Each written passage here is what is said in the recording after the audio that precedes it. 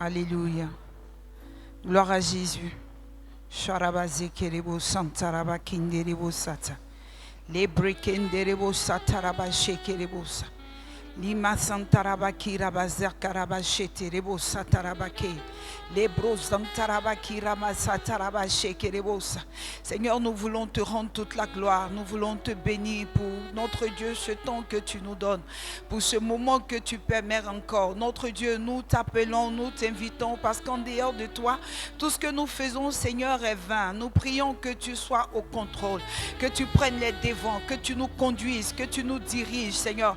Que ton esprit éternel vienne effacer tout ce qui est humain en nous, vienne effacer notre humanité, afin que ta divinité en nous prenne la place. Merci, Seigneur, parce que tu nous conduis, tu nous diriges, tu nous assistes, tu nous instruis selon ton cœur. Béni sois-tu dans le nom puissant de Jésus-Christ de Nazareth. Nous prions, Seigneur, que ce moment soit favorable et qu'au sorti de ce moment, que quelqu'un, notre Dieu, Seigneur, se sente bien d'avoir passé ce temps dans ta présence. Qu'au sorti de ce moment, Seigneur, que quelqu'un rende gloire à Dieu, notre Dieu, pour une valeur ajoutée au nom de Jésus-Christ de Nazareth. Merci, Seigneur, pour ta présence. Merci, Seigneur, pour ton esprit qui prend le contrôle, pour ton esprit qui dirige et nous conduit. La gloire, l'honneur, l'élévation te reviennent à toi qui règne à jamais, au nom de Jésus-Christ de Nazareth. Alléluia.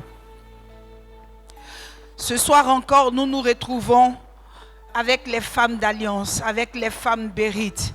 Je suis Madame Nda, née Assis Marlette. Je suis responsable adjoint du département de service d'ordre à l'église ABMC Siège. Et c'est un honneur pour moi de partager ces quelques instants avec mes sœurs, avec, pourquoi pas, mes filles que vous êtes. Et nous croyons que ce temps sera enrichissant pour nous.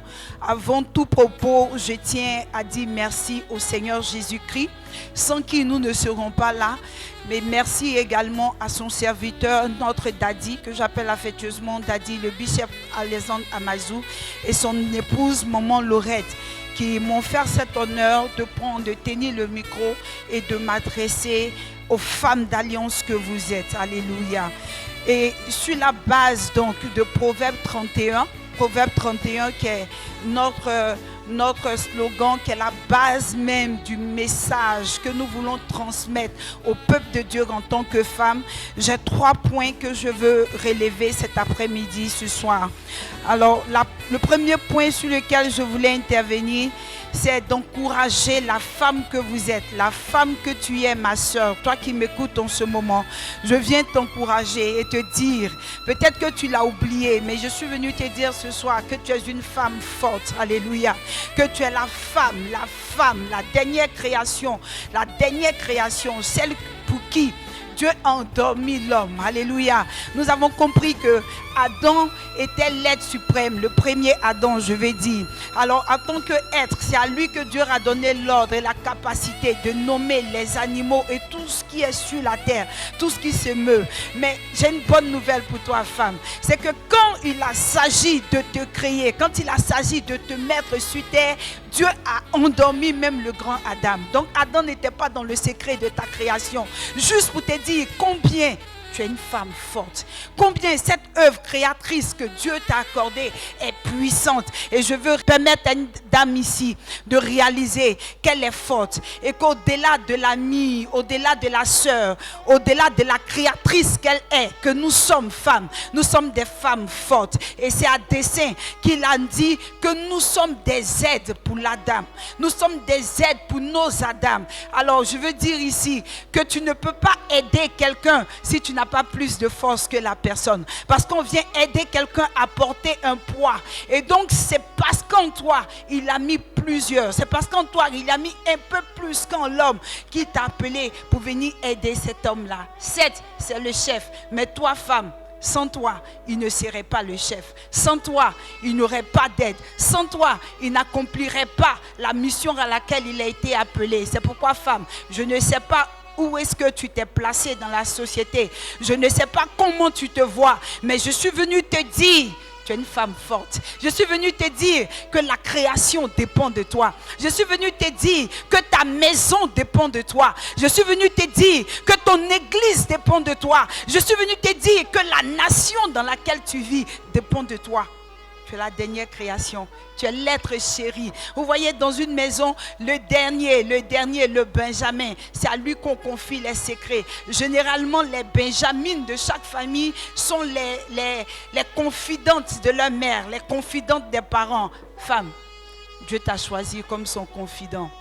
Dieu t'a choisi comme sa Benjamine parce qu'il veut quelque chose de particulier avec toi, parce qu'il veut quelque chose d'intime et de profond avec toi. Femme, lève-toi de là où tu es et commence à secouer la poussière parce que Dieu a quelque chose avec toi, parce que Dieu a un objectif à atteindre avec toi. Et cet objectif-là, j'espère que cette saison de confinement a été pour nous une opportunité de révéler la femme qui est en nous, de révéler la puissante que tu es, de révéler la créatrice que tu es, de révéler la femme mère, la femme épouse, mais mieux, la femme intime avec Dieu. Alléluia.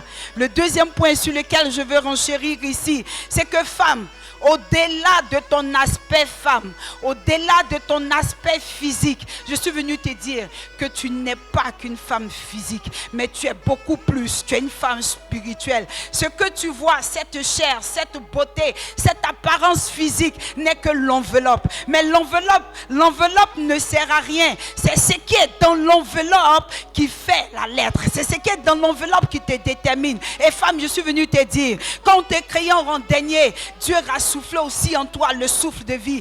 Et ce souffle de vie a fait de toi un être spirituel. Et je suis venu parler à la divinité qui est en toi, ma soeur. Je suis venu parler à la divinité qui est en toi, ma soeur, ma mère. Je suis venu te dire qu'en tant que femme, il faut que tu t'élèves. Je suis venu insister sur ta divinité. Je suis venu parler à la sensibilité de la femme que tu es. Je suis venu parler à la capacité que toi tu as de percevoir. Nous remarquons que dans les églises, dans les assemblées, il y a généralement plus de femmes que d'hommes. C'est à dessein. C'est tout simplement parce que tu es né la dernière création. C'est tout simplement parce qu'en toi, il a mis quelque chose qu'il n'a pas mis en l'homme. Il a mis cette envie-là d'entendre sa voix. Cette envie-là de souper avec lui. Cette envie-là d'avoir une connexion profonde, d'avoir une intimité avec lui. Et c'est cette intimité-là, c'est de cette intimité que je veux te parler ce soir, femme. Je voudrais, oh femme, que tu sortes en toi l'esprit de discernement,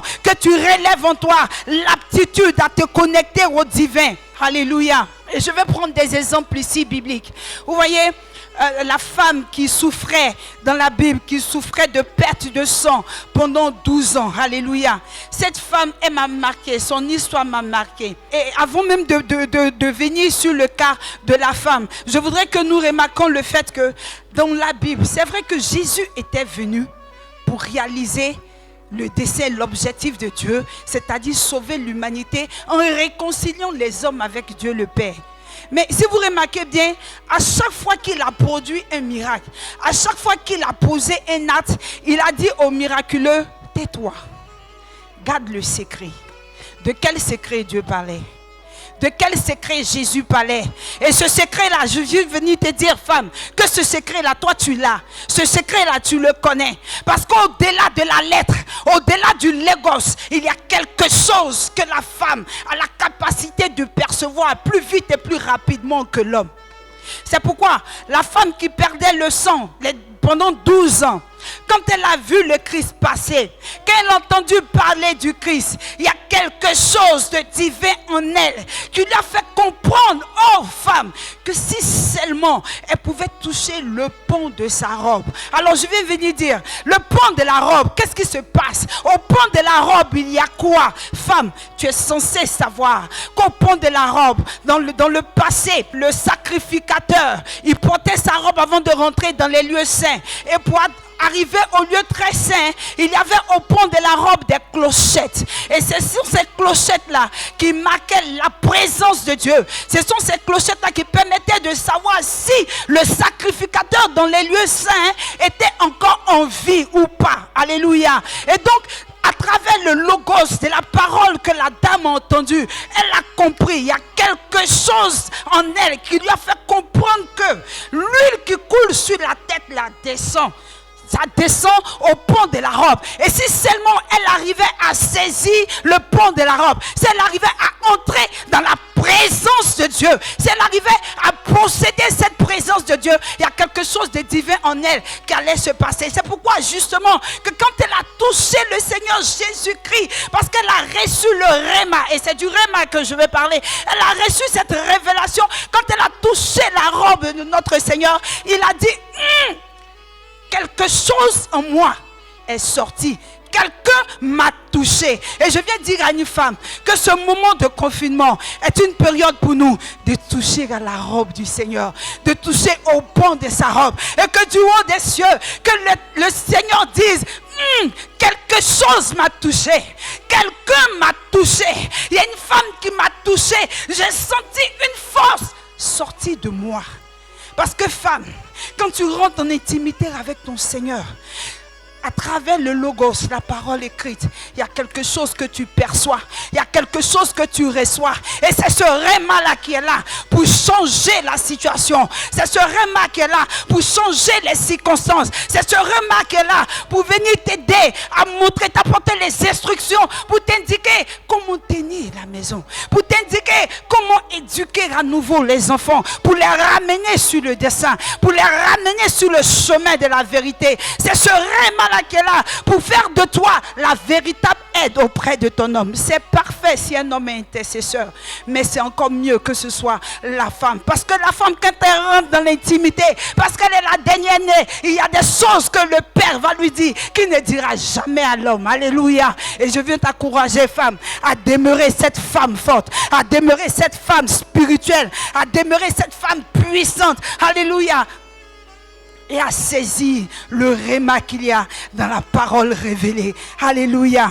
Alléluia. Je voudrais ici venir sur mon troisième point avant de terminer. Je voudrais encore encourager une femme. C'est vrai que nous avons prié, nous avons intercédé et nous sommes presque au bout du tunnel. On dira que la période de confinement est presque finie et que les choses sont dégagées. Nous rendons gloire à Dieu pour les ossements. Nous rendons gloire à Dieu pour la situation qui est en train de s'améliorer, qui est en train de changer en notre faveur. Mais je viens encore dire à la femme, je viens encore dire à une femme, à une soeur, à une amie qui m'entend et qui m'écoute, je viens vous dire, c'est pas parce que le confinement est fini que ta spiritualité doit s'arrêter. Que la fin du confinement ne marque pas la fin de ta divinité.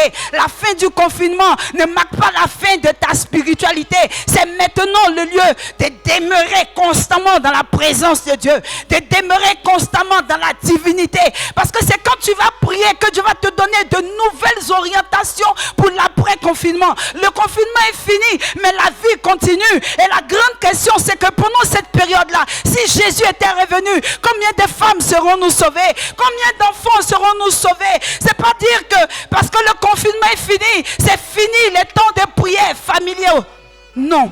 C'est maintenant qu'il faut demeurer. On a l'habitude de dire qu'un comportement qu'on adopte pendant 12 jours devient une habitude. Et l'habitude devient un caractère. Si pendant 2 mois, tu as tenu la brèche, tu as prié, tu as fait des cultes de famille avec papa, avec les enfants à la maison. Femme, la fin du confinement ne marque pas la fin de la divinité en toi. C'est le lieu de continuer dans cette atmosphère spirituelle dans la maison. C'est le lieu de continuer dans cette intimité avec les enfants pour que les enfants demeurent sur la voie. Il a dit enseigne à l'enfant la voie qu'il doit suivre. Quand il sera grand, il ne s'en détournera pas. Mais ma soeur, ne baisse pas les bras maintenant. C'est devenu une habitude. Que ça devienne un caractère. Parce que c'est le caractère que le Christ va juger. Parce que c'est le caractère qui va nous déterminer. Alléluia. Et que ces temps de prière, ces temps d'intimité familiaux reste et demeure dans notre foyer, reste et demeure dans nos maisons, et que la grâce de Dieu demeure toujours quotidiennement avec nous. Demeurons constamment dans la prière, ne baissons pas les bras, parce qu'il y a quelque part une femme, un homme qui attend une soeur, il y a quelque part un père qui attend la divinité qui est en toi, la nouvelle orientation pour cet après-confinement, la nouvelle conduite à tenir pour cet après-confinement, pour que la maison demeure paisible, pour que la maison demeure sous l'onction du Saint-Esprit. Je voudrais par ces propos dire merci à une femme qui m'a écouté, qui m'a entendu et encourager une autre à demeurer attachée au Seigneur, à demeurer dans sa vie de prière, demeure constante dans cette église que tu as créée au sein de la famille, afin que ta mission soit accomplie et que la gloire de Dieu demeure sur ta maison, demeure sur ta vie, demeure sur la vie des enfants, au nom de Jésus-Christ de Nazareth. Voici ce que j'avais à dire à une femme ce soir, et nous allons donc prier pour clore ce moment. Seigneur, nous te bénissons et nous te rendons toute la gloire. Tu es notre Dieu. Tu es celui de qui nous sommes et celui dont nous dépendons. C'est pourquoi nous prions notre Dieu, que tu nous fortifies, que tu fortifies une femme.